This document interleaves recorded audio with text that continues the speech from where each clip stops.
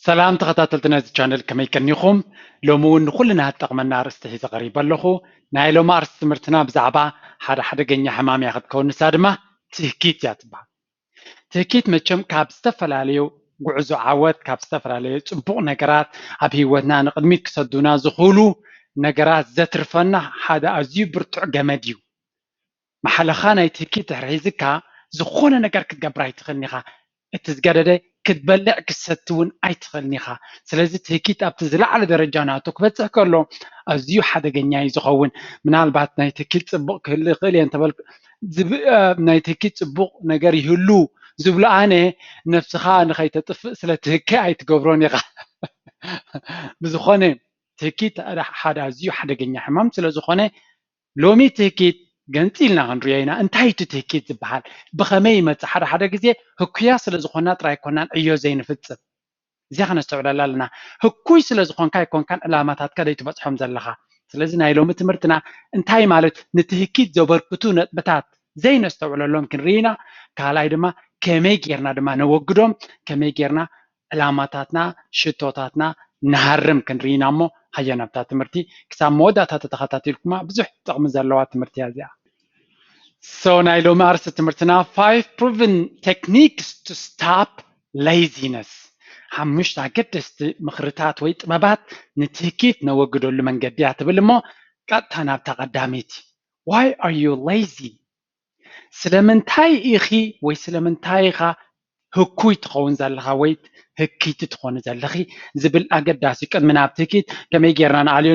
نبل انتاي تتهكيت دمتالنا زلو فلالينا نرايو It's very critical to understand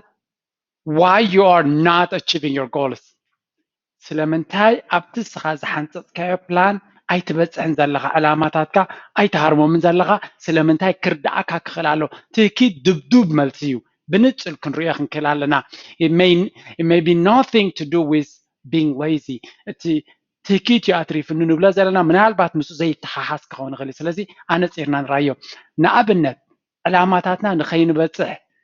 تحاكيو تريف وي تهكيت يترفنلو نبل انت لنا فلينا وي كفيتنا خنريو تجازا خنرينا تقداميتي تهكيت كابي مت وي علاماتات كزي مبصح كابي مت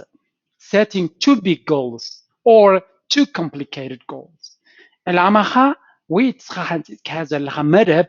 أزيو عبن دحر خوينو نعبنت ولا حنت زي بالكخل خاسي دكتور كوني الكخ بقس كلها كابت زي اللي مالتي سلازي دكتور كون تخين كم جمرة أنت خد جبر لك أبتق قدام يكفل أنت لغا أبو خد نفع لك سلازي التنس خات جبر زي اللي علامة جيجف $1,000,000 مليونير كوني الكا جينا سنتيم زي حسكا زي اللي نتزا حسكايا كتوهل تزي جميركا زي تهكيتي فترة الكنابت علامة خان خيت بس مالتي سلازي أزيو عبي كمدما أزيو complicated نقنق زبالة بلان انت لك خوين وزن تاي قبركا نابت علامة خان نخي تسرح يخلق لك زدما تهكيت كم تهكيت كوينو معناته تهكيت هاي قبركا مودتا نتكد بص حز قبعك خد قبرز نبركا سرح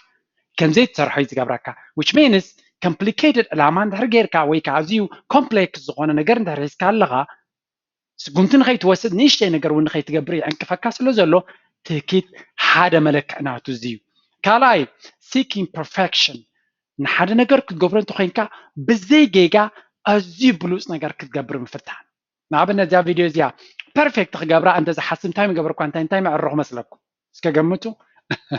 perfect تخقبرا أنت زدلي أي مقبر كوان نغنياتو there is no perfect thing perfect زبحال يلن أملاق تراي فتسوم زخب زبحال صراحة يلن سلازي انت خقبرا لني مسجيجا تاتا مسجود لتاتا مسأقماتا اتانا عاي بناتي درجة قل درجة بقعات هالليوه مسبلقوا يغربانا باخم مغنياتو perfect كساب مخان مصباي زخونه نجر كم زيت تقبري زقبرا كمغنياتو زخونه نشتي جيجا كهلو يقدن سلا زخونه مالتي سلازي جيجا نخي تقبر كتبل نخي تسرح خاتقدد كالي listening to self criticism أوشتنا كل جزء زبلا حدا حنتك أجل الله حماك أجل الله كل جزء نفسنا كم نعقل نسأل ننقفن نواردن تكبرنا نزاد نتزيا نزاك أجل زيا كل جزء سني لنا نسمعان تخنا زبلة تخنا عملنا نحرقينا حدا جنيا يزي مغنياتو كل تابر سنا زلو ألوتاوي زربا مس نفسنا كل كن قبلي بلنان ቻሌንጅ ክንገብረለና ክንብድሆለና ነቲ ሓሳባቲ ዝቕየረሉ መንገዲ ከነናዲ ክንክእል ኣለና ምክንያቱ እቲ ኣብ ውሽጥና ዘሎ ሓሳባት እቲ ኣሉታዊ ኣተሓሳስባ እንታይ ዝገብረና ኣብ ኣሉታዊ ነገራት ኣብ ሂወትና ዘሎ ጥራይ ከም ነተኩር እቲ ፅቡቕናትና ከም ዘይንሰምዖ ይገብረና መወዳእታ ድማ not creating an action plan ሕራይ ዕላማ ክንዲ ገለ ጌርካ ኣለካ ትምህርቲ ናብዚ ደረጃ ክበፅሕ ኢልካ ፕላን ጌርካ ኣለካ የግዳስ ናብኡ ክትበፅሕ ኮይንካ ንኣሽቱ ኣክሽን ፕላንስ ክህልውካ ኣለዎ ሎሚ ነዚኣ ክገብር ኣለኒ ድሕሪ ሰሙን ክንዲዚ ድሕሪ ወርሒ ክንዲዚ ድሕሪ ዓመት ክንዲዚ ኢልካ ክትመቃኸሎ ኣለካ እዚ ድማ ነቲ ዕዮ ይሕግዝ ማርክ ትዌይን ሓደ ዓብይ ክኢላ ወይ መኻሪ ወይ ለባም ዝነበረ ሰብ እንታይ ይብለና progressive improvement beats delayed perfection መዓልታዊና ዓረኻና ዓበኻ ምኻድ ነቲ ክሳብ መወዳእታ ወቃቂካ ከቕርበየ ምባል ይስዕሮ ይብለና ስለዚ ሓደ ነገር ክትገብሮ ተደሊኻ ምስ ጌጉኡ ከሎ ጀምሮ ናብ ሰባት ኣቕርቦ ሰባት ድማ ሃናፂ ርእቶ ክብካዮም ካብኡ ናዓረኻ ናመሓየሽካ ናፀበቕካ ንቅድሚት ትኸይድ እሞ ኣብ መወዳእታ ዝበለፀ ስራሕ ክስራሕ ይኽእል እዚኣ ቀዳመይቲ ክትከውን ከላ ካልኣይቲ excuses or lying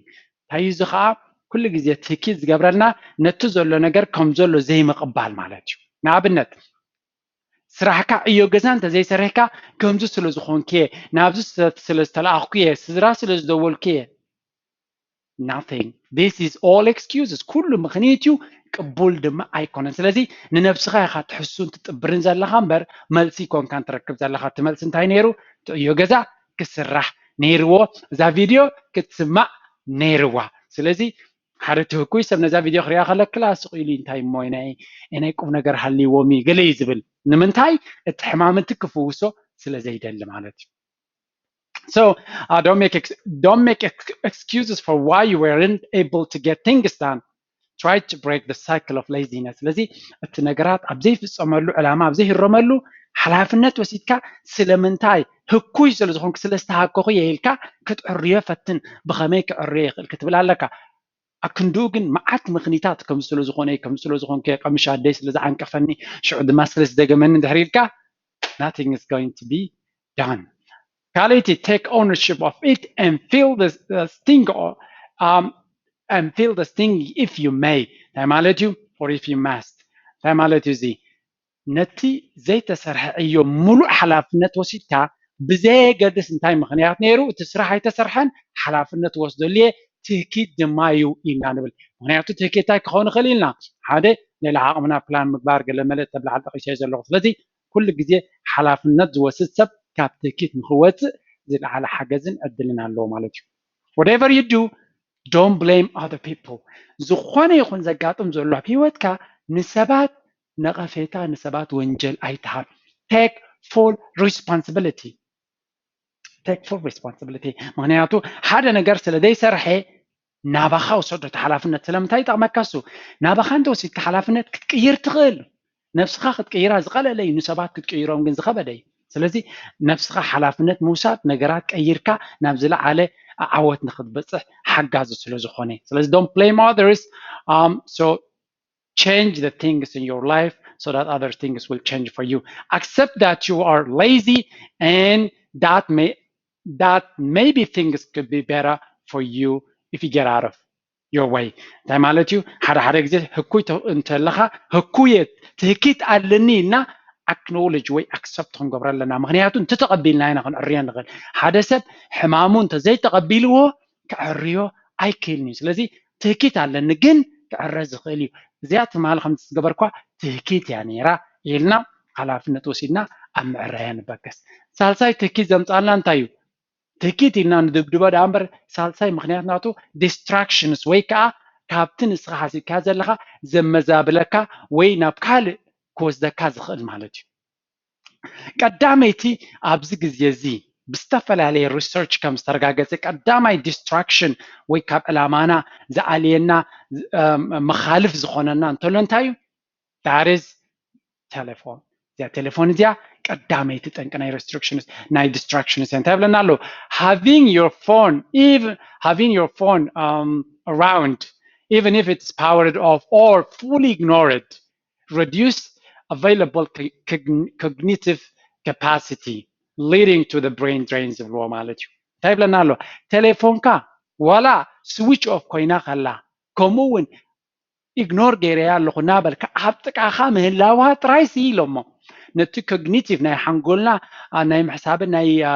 ፎከስ ወይ ከዓ ኣተኩሮ ናይ ምግባርን ዓቕሙ የውሕደ ኢሎሞ ክሳብ ክንደይ ሓደገኛ ዲስትራክቲቭ ናብ ትህኪት ትወስድ ንብረት ምዃና ክንፈልጥ ክንክል ኣለና እዚ ሕጂ ካብ ሓደ ናይ 2017 ስታዲ ባይ ኣሶሲዬሽን ኦፍ ኮንሱመር ሪሰርች ዝተባሃለ ጆርናል ዘቕረበይ ነይሩ turn your phone off, put it in another room, disable all notifications. ስለዚህ ቴሌፎንካ እንተ ተኻይሉ ኣብ ካልእ ሩም ግበራ ይብላሎ ከምኡ ድማ ነቲ ኩሉ ኖቲፊኬሽን ዘሎ ዕፀዎ ወይ ከዓ ስዊች ኦፍ ግበራ ፍላይት ሞድ ግበራ ምክንያቱ nothing should come to stop you ኣብቲ ንስኻ ክስራሕካ ክትጅምር ከለኻ ዝኾነ እዮ ክትፍፅም ከለኻ that's very important እዛ ቪድዮ ክገብር ከለኹ ኩሉ ግዜ ኣነ ስዊች ኦፍ ወይ ከዓ ነታ ቴሌፎን ካብ ጥቃይ ኣርሒቀ እየ ዝገጥፋ ምክንያቱ ዲስትራክት ስለትገብረኒ ማለት እዩ ከምኡ ድማ likewise if you are cleaning the house ንኣብነት ኣብ ገዛኻ ዕዮ ትሰርሕ ተለኻ ፅሬት ናይ ገዛ እንድሕር ኮይንካ ትሰርሖ ዘለኻ ቴሌቪዥን ኣጥፋያ ምክንያቱ ድምፂ ናይ ቴሌቪዥን እናገበርካ ትሰርሕ እንተለኻ ገለ ነገር ክሰምዕ ኢኻ ሻኡ ናብኡ ግልፅ ምስ በልካ ግዜኻ ኣብኣ ከለዉ ሰሪቆም ኣብቲ ናቶም ዕዮ ክእትውኻዮም እቶም እንዳ ቴሌቪዥን ምክንያቱ ናትካ ካብ ስራሕካ ዲስትራክት ገይሮም ኣብቲ ናቶም ዕላማ ክእትውኻ ንዖም ስርሖም ስለ ዝኾነ ቁጥር 4 እዚኣ ብጣዕሚ ንዓይ ዝገረመትኒ ምኽርያ put on nice outfit ሓደ ካብቲ ትህኪት ዘምፅእ እንታይ እዩ ክዳን ምስ ደቂስካ ዝሓደርካሉ ምስኡ ምህላው ፒጃማ ጌርካ ምህላው ፅቡቅ ክዳን እንድሕር ገይሮም ሰባት ዝበለፀ መንፈስ ኣለዎም ንክሰርሑን እዮ ንክፍድውን ፕሮጀክት ንክፍፅሙን ማለት እዩ እዚኣ ብጣዕሚ ኣገራሚት እያ so won't stop lazy do you want to stop to be lazy get out of your pajamas and put on real clothes wash your face and do your hair put on shoes and clean t-shirt ካብ ትህኪት ዘገናግል ሓደ ዝረኽብዎ ነቲ ተኸዲንካ ዝሓደርካ ወይ ምሳኻ ነዊሕ ዝገበረ ክዳን ኣውፂኢኻ ፅሩይ ክዳን ተኸደን ነፍስኻ ተሓፀብ ገፅካ ተሓፀብ ካብቲ ከባቢ ዓራት ረሓቕ ተኣለ ናይ ስራሕ ቦታ እንተለካ ኣብኡ ኺድ ቡን ስተ ሻሂ ስተ ብዝተኻእለ ግን ፅሩይ ክዳን ክትገብር ከለኻ ፅሩይ ስራሕ ክትሰርሕ ትብገስ ኢኻ ምክንያቱ ትረሳሕ ክዳን ብጃማን ምናልባት ኩሉ ግዜ እንታይ ይመስለና ናይ ምዕራፍ ናይ ኮፍ ምባል ቴሌቪዥን ናይ ምርኣይ ፊልም ናይ ምርኣይ ይመስለና ምክንያቱ ብጃማ ምስ ገበርና ንዑ ስለንገብር ስለዚ ጥዑይ ክዳን ተኸዲንካ ክሰርሕ የልካ ነብስኻ ምብጋስ ኣገዳሲ ኮይኑ ረኺቦሞ እዚኣ ካልእ ሪሰርች ዝገበርዋ እንታይ ረኺቦም wearing formal clothes at a test gave students an increased ability to think analytically and empowered them to give correct answers ብለና ኣሎ እዚ ሓደ ካልእ ሪሰርች ንተምሃሮሲ ፅቡቅ ክዳን ምስ ከደንዎም እንታይ ተሰሚዕዎም ኢሎም ኣብቲ ፅቡቅ ክዳን ከዲኖም ፈተና ሂቦሞም ኣብቲ ፈተና ፅቡቅ ክዳን ስለ ዝገበሩ እንታይ ተሰሚዕዎም ከምዚ ሓንጎሎም ሞር እንደገና ባድላን ክራባታን እዮም ገይሮምሎም ፎርማል ክሎዚንግ ማለት እዩ ባድላ ክራባቶም ዝገበረሎም ስለዚ ኣነ ፕሮፌሽናል ስለ ዝኾንኩ ፕሮፌሽናል ክሓስብ ኣለኒ ኢሎም ኣተኪሮም ክሓስቡ ጀሚሮም ኣብቲ ፈተና ድማ ዝበለፀ ውፅኢት ከምፅኡ ክኢሎም ስለዚ ፅቡቅ ኣከዳድና ሜንታሊ ንላዕሊ ሓፍ የብለካ እዩ ኩሉ ግዜ ፅቡቅ ዝኾነ ነፍስኻ ፅርያ ኣቢልካ ፅርፍፍ ተይልካ ንክትሰርሕ የተባብዓካ እዩ ይብሉ ማለት እዩ get dressed ስለዚ ፅቡቅ ጌርካ ተኸደን it will help you trick yourself into getting things done ፅቡቅ ክዳን ምኽዳን ፅቡቅ ስራሕ ንክትሰርሕ ደጋፊ ኮይኖም ረኺቦሞ ኣብዚ ሪሰርች እዚ ማለት እዩ እታ ናይ መወዳእታ ጥበብ ካብ ትህኪት ተገላግል ከዓ መቸም ተተሓኪኻ ይትገብራኒ ካሳኻ ሓንቲ ካብቲ ትህኪት ተባኽረና ነገር እውን ንሳ እንድያ ስፖርት እዩ ስፖርት ቀዳማይ ጥይት ናይ ትህኪት ስፖርት እዩ ብኸመይ ጥይት ከም ዝኸውን ክንርኢና sport helps to improve several aspects of your life such as productivity or to stop laziness sport መቸም ብዙሕ ሓገዝ ኣብ ጥዕናና ብኩሉ መዳያት ከም ዘለዎ ንፈልጥ ኢና ንእምሮና ጥዕና ንኣካላትና ጥዕና ሓጎስ ዘምፅእ ድቃስ ዘውህብ እንታይ ምኽንብሎ ኢና ሙሉእ ጥዕና ክበና ዝኽእል ምዃኑ ንፈልጥ ኢና ኣብ ልዕሊኡ ድማ ሎሚ ሓንቲ ወሲኽና ኣለና ትህኪት ድማ የጉድል حسبوا عنده حافيلو سبورت غبر زخل ثماني زي هكوين هركوت سبني بر هكوي سب حافيلو سبورت غبر ما يكني ስለዚ ሓንቲ ካብቲ ንትህኪት ክምክታ ንኽእል ብቐጥታ ብስፖርት ምግባር እዩ كال سبورت انتي تغملو أبزي أرسزي it increases the blood flow in your brain دمنا نابرسنا بقولت في كتشنقو خمس خلو نتنا متشنقو حيلي ي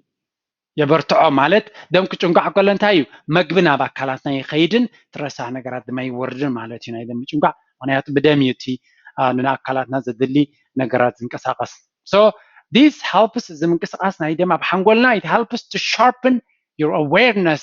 in tackling your projects ስለዚህ እዚ ምንቅስቃስ ናይ ደማ ብሓንጎልና ነቲ ሓንጎልና ኣክቲቭ ኮይኑ ነቲ ንሰርሖ ዘለና ዕዮ በቅ ኣቢሉ ናብኡ ከምዚ ኸይድን ከምዚ ሳልጦን ይገብር it gives you more energy ስፖርት ዝገብር ሰብ more power more energy ስለ ዘለዎ has